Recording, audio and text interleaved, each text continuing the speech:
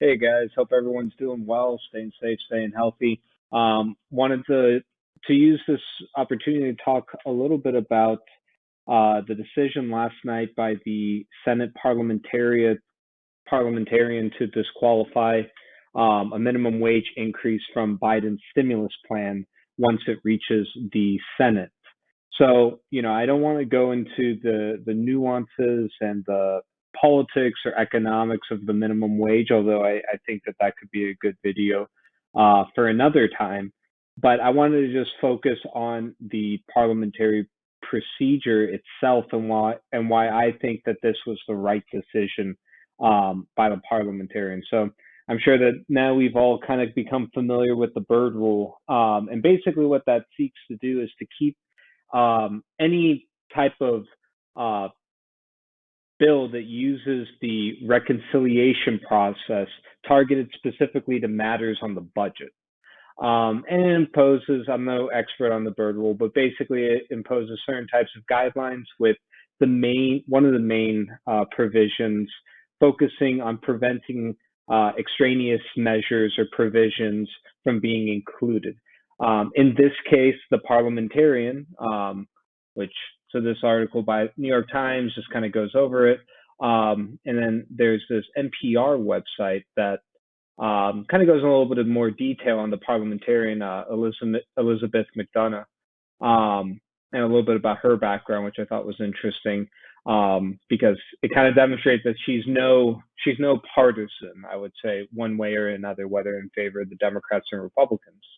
And basically, she ruled that it was one of those extraneous type of measures, one that is not pertinent to the budget itself.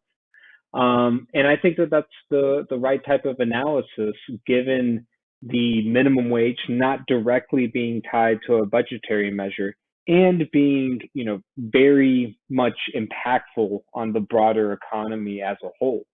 I one thing that I thought was interesting, on Twitter, which definitely not the best venue, but one of the things in terms of getting information, but one of the things that I thought was interesting that I found out here in like exchange, someone pointed out that the congressional that basically during when the Republicans were in charge, when they passed through, I guess, the reconciliation process, included additional permits to open up additional oil drilling and to repeal the ACA individual mandate through the reconciliation process.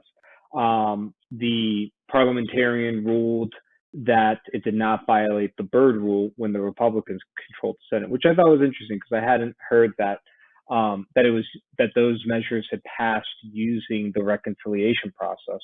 But I do think that there is while I would prefer, and I think everyone would kind of prefer a clear and cut, dry way to look at this issue, I think you also, in the eyes of the parliamentarian, have to look at the general scope, which is kind of like what I point out.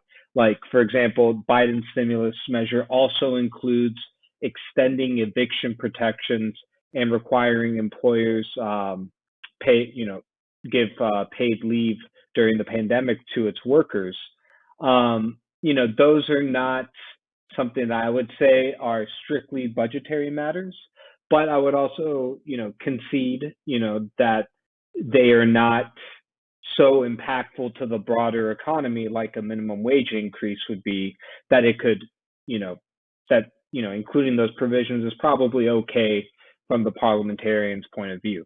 And already the response to it has been relatively predictable, with Republicans being strongly in favor of the decision by the parliamentarian, and Democrats being pretty against it, or at the very least Democrats that were from the progressive wing that were really pushing it.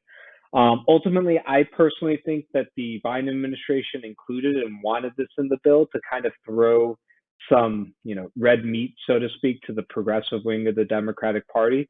So even though he knew that it most likely would not end up getting final approval, just because, well, Biden is at least proclaims to be a moderate and more of like a centrist, trying to work with the other side. And I think even he knew that it would get gummed up through the process of reconciliation and needing to abide by the Byrd Rule.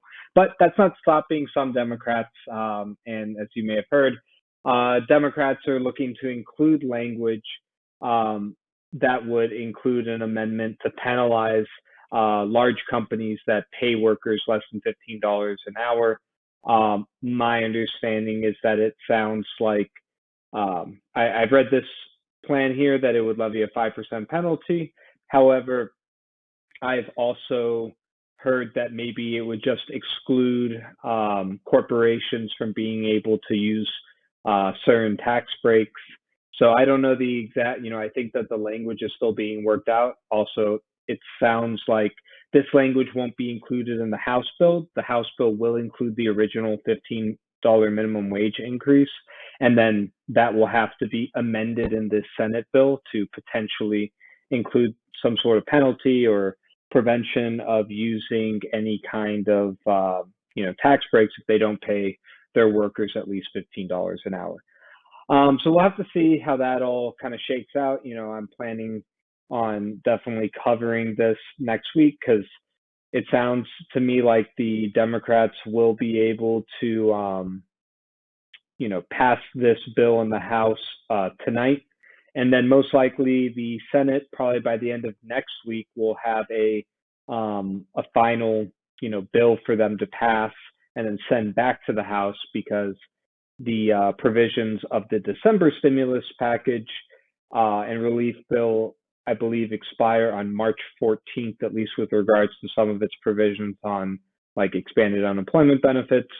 So the Democrats will obviously want to have some sort of plan in place and pass through both houses and on Biden's desk by the 14th at the latest. And my best guess is, the bill is going to go onto Biden's desk sometime around 11 o'clock on March 13th, so he can sign it right before things start expiring.